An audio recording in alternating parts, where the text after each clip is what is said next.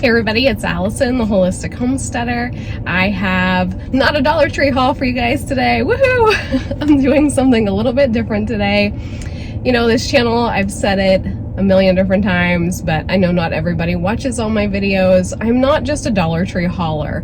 You guys, a lot of you came from my mom's channel, and I'm so grateful for that. She is Nani over on Nani's Life. She's exclusively a Dollar Tree hauler. She does do other hauls as well, like Walmart, like, for example, and she used to do Temu and those kinds of things, but my channel was never started with that in mind. I've kind of adapted because I know that a lot of you guys love the Dollar Tree hauls, and I've tried to tweak my Dollar Tree videos to show you things that are organic, non-GMO, things that are less toxic. Maybe they are made of glass or metal instead of plastic, or what else? Things that can just save you money, because not just the holistic side, but also the homesteader side of me, I like to save money, and I like to show you guys how to save money. So I want to talk to you guys today a little bit more about how I personally live a less toxic life. And you can do a lot of this at the Dollar Tree. So those of you that are Dollar Tree lovers, stick around for this video, because you might learn a couple things and you might be able to pick some stuff up on the cheap at the Dollar Tree. But I just want to run down kind of my basics of how I keep toxins out of my home, off my body, out of my belly, and overall just how I try to limit toxin exposure. Toxins meaning things like plastics, microplastics, parabens, phthalates, formaldehydes, all of those kinds of things, artificial fragrances, artificial colors, dyes. So here is how I try to live a less toxic life. The first thing that I do, which I have here right beside me, is I never try to drink out of plastic. Even for smaller kids, they make metal water bottles, metal sippy cups, and you can even buy glass, which I know for teeny tinies that's not really recommended, but they do come usually in a silicone sleeve. And so at least you are not drinking the microplastics. So I always try to drink out of either metal or glass or copper, which I know is a metal, but these are stainless. This is a stainless steel. I'm having a hard time finding the Life Flask brand nowadays. I tried to buy another one of these and I couldn't find it on Amazon. I didn't really look for the website itself to try to buy directly through them, but I always try to drink out of glass or metal. That is one really great way to avoid plastic exposure, because scientists are finding that humans, I think it's like on a yearly basis, we are consuming a credit card worth of plastics, microplastics. We are consuming that every single year, a credit card amount of plastics. And when I heard that statistic, it was kind of a mind-blown statistic for me, and I don't want myself to drink out of plastic, nor my children. Especially if it gets hot. Do not leave water bottles, plastic water bottles in the car to bake in the sun, because it helps the plastic leach all the faster. So, metal and glass. On that same note, I try to store any leftover foods in glass or metal as well. On Amazon, you can get a set of Pyrex storage containers. They're usually like 3 or 4 pieces with the lids for relatively cheap, and they last forever. The lids are probably going to fail on you before the dishes themselves, unless you're like me and you are klutzy and you drop things. But I have never, and I should knock on some wood, I have never dropped one of my Pyrex storage dishes.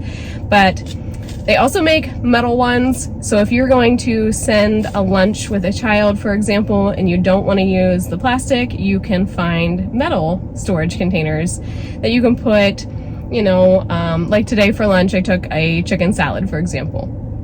So you layer your salad in that, and you use the glass or the metal, and you eliminate the plastic. So we did the drinkware And even at our house, we drink out of mason jars. And I started my kids doing that even when they were pretty small. So again, not great for little tiny children, but once they are 5, 6 years old, those half pint mason jars make a really great cup, and then there's no plastic. Going along with that, I have a little cheat sheet here for myself so I don't forget anything. But in the same alignment with the storageware and the drinkware, you can also look at your cookware and your pots and pans in particular. If you are still using Teflon for any reason, Teflon skillets, Teflon pots and pans, that's not great.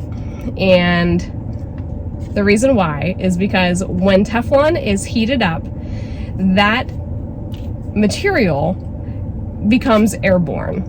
And they've actually found that Teflon exposure, especially to pets like birds, it'll kill them. So if your Teflon, especially if you're in a small space, if the Teflon is able to kill your bird, what's it doing to yourself, to your family, to your pets? You always have to think like that. So try to opt for stainless steel. And I know a lot of people, or cast iron, and a lot of people will say, yeah, but how do we cook XYZ and not have it stick? Eggs are a perfect example. And I can tell you, if you heat up your stainless steel pans hot enough and you do it appropriately, which there are plenty of videos here on YouTube to show you how to do that, or if you use cast iron and your cast iron is seasoned well enough, you can make those pots and pan, or those skillets in particular, non-stick. And I've done it myself. It's not that hard to do. You can literally make an omelet, flip the egg, nothing sticks, wipe it out with a paper towel or an old rag, and you're good to go. So you have your cookware, and you should also keep in mind what you are using as utensils in your pots and pans. Because a lot of people will, especially at the Dollar Tree, they will pick up the utensils, the cooking utensils that are made out of plastic. They're often made with black plastic. And the black plastic, again, if you are stirring, say you're making pasta, you're making spaghetti and sauce, right? If you are stirring your pasta, if you're stirring your sauce with that black plastic, or any plastic, plastic is not meant to be heated to high temperatures. And every time you stir, you are literally depositing plastic into your pasta and into your sauce. So again, opt for stainless steel cooking utensils. I know you can buy silicone, and I do have some utensils that are silicone, in particular spatulas, but I am never stirring a hot liquid or a hot item with my spatulas. I'm using a spatula to maybe clean a bowl that I've made with a cake or something, but I'm generally not stirring something hot with a silicone spatula. So since we are kind of in the kitchen area, I don't want to forget to mention what you are washing these items with, because if you have a kitchen and you have stainless steel and glass, you have to wash it. Obviously, you're going to put it in your dishwasher, you're going to hand wash it, and people often overlook what the ingredients are in their dishwasher detergent and in their dish detergent. And although a lot of those items boast having, you know, oil fighting ingredients and things and stain removal power and all of this great stuff in it, well, what is it? And what's it doing to your body? So I don't ever like to blast a particular brand or brands, but I will say that there are a lot safer items out there. I know that Branch Basics was a company that I absolutely loved, and they make really, really great, safe products. They make laundry detergent, dishwasher detergent, and they also make cleaning products that are not harmful for yourself, for your pets, for your family. But they were too expensive for me. So I actually source my dishwasher detergent and my laundry detergent in particular through Thrive. And there's a company called Rosie, and they make a really great, super simple ingredient dishwasher detergent. And I'm pretty sure they make actual liquid dish detergent as well, but that's not something that I normally buy from them, only because in the past I made a mistake on ordering on Amazon, and I ended up ordering like a 12 pack of 7th generation unscented dish liquid. So I'm still kind of just going through those bottles. In the future though, whenever I need dish detergent, like liquid dish detergent, I'll probably source that through Thrive as well, because I'm pretty sure Rosie has safer dish detergent as well. So when you think about how to live a less toxic life, you really need to look at it as an all-encompassing kind of event. You know, you need to really start at the top and work your way down. It's not just about your drinkware. It's also about what you're eating on, what you're eating with, what you're cooking in, what you're cooking with. And this isn't even discussing the ingredients themselves, right? This is just the items that you're using in particular. But then taking it a step further and making sure that the detergents are safe, you know, and this is not a process that just happens overnight either. This has taken me years and years and years to swap out toxic items, plastic items, and to get metal and glass items. So, you know, if this takes you a little bit of a process, that's fine. One thing at a time, right? Just take one step at a time, make one adjustment at a time, see how it goes for you, see if you notice any differences, and then the next time, change up something else. You know, maybe start with just your pots and pans. Make an investment. I know they are expensive, but it is so worth it for the health of your family. Maybe then the next month, maybe swap out your black or any plastic cooking utensils. Maybe the month after that, you swap out your drinkware. Maybe the month after that, you swap out your food storage containers. Take as much time as you need, obviously, and look around. You can look at Goodwill for that, for community aid. You can look at the Dollar Tree, Dollar General. You would be surprised where you can find really great cheap items. You don't have to pay full price through Amazon or Walmart. You can find things cheaper elsewhere.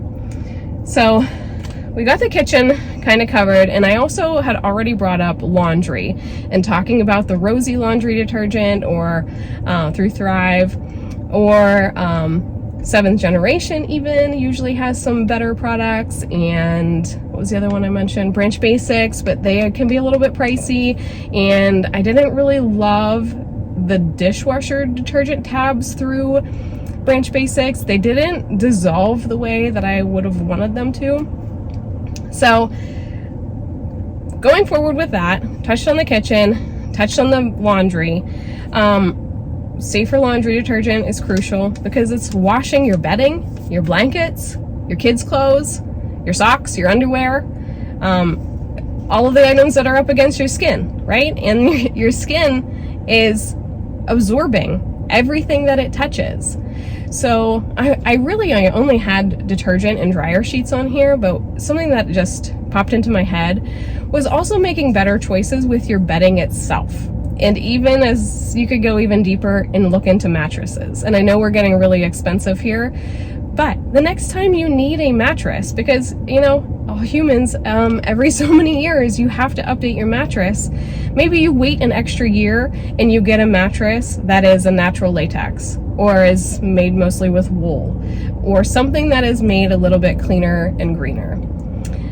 So going back to the dryer sheet thing, it's the same as the laundry detergent. You need to look for things that are going to be unscented, things that are like All Free and Clear is a great brand that it's free of dyes, it's free of fragrance, and it's better overall than some of the competitors. I personally love the Rosie because it's free of those things as well.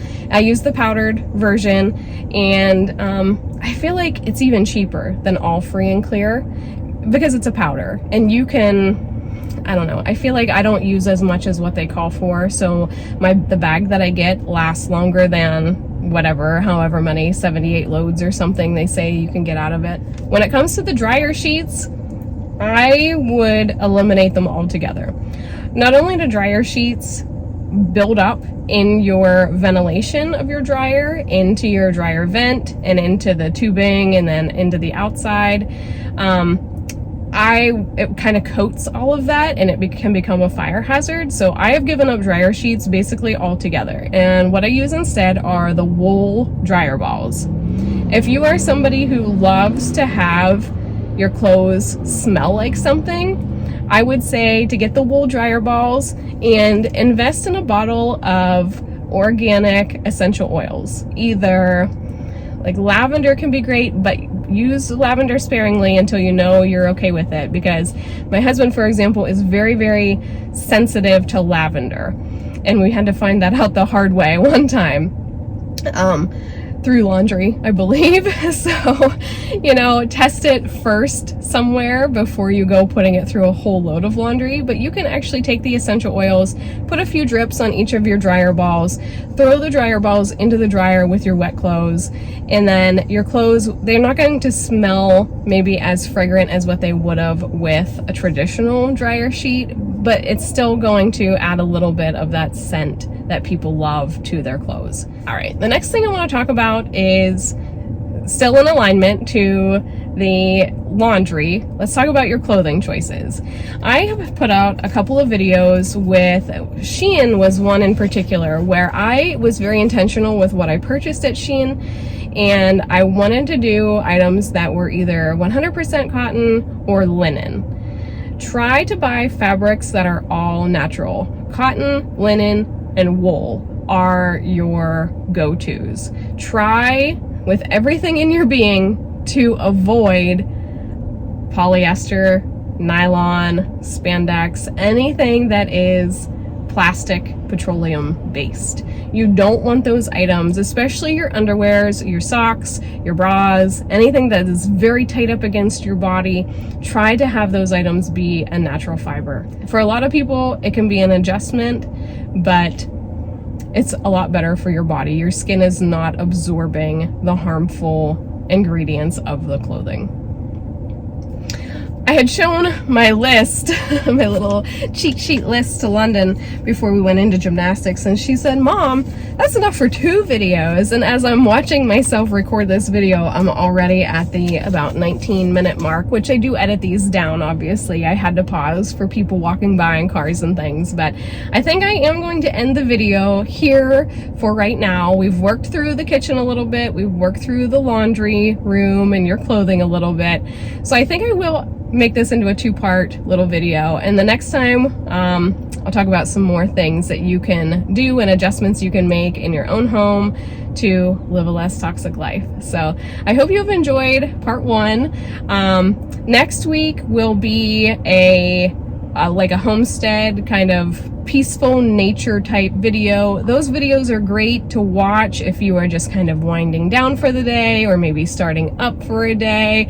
I know a lot of people like to sit quietly and have a cup of coffee in the morning to start their day. Watch some of these nature videos that we put together, because where we live in Western Pennsylvania, we have so much beautiful nature around us, and I absolutely love sharing that with all of you guys. So don't skip next week's video, and stay tuned for the week after that, and I'll come back with the part 2 of how to very simply live a less toxic life. Thank you so much for hanging with me, watching this video. Thank you as always for leaving all the comments. I love how you guys leave so many comments for us. And yeah, we will catch you next time. All right, everybody, see you then. Bye.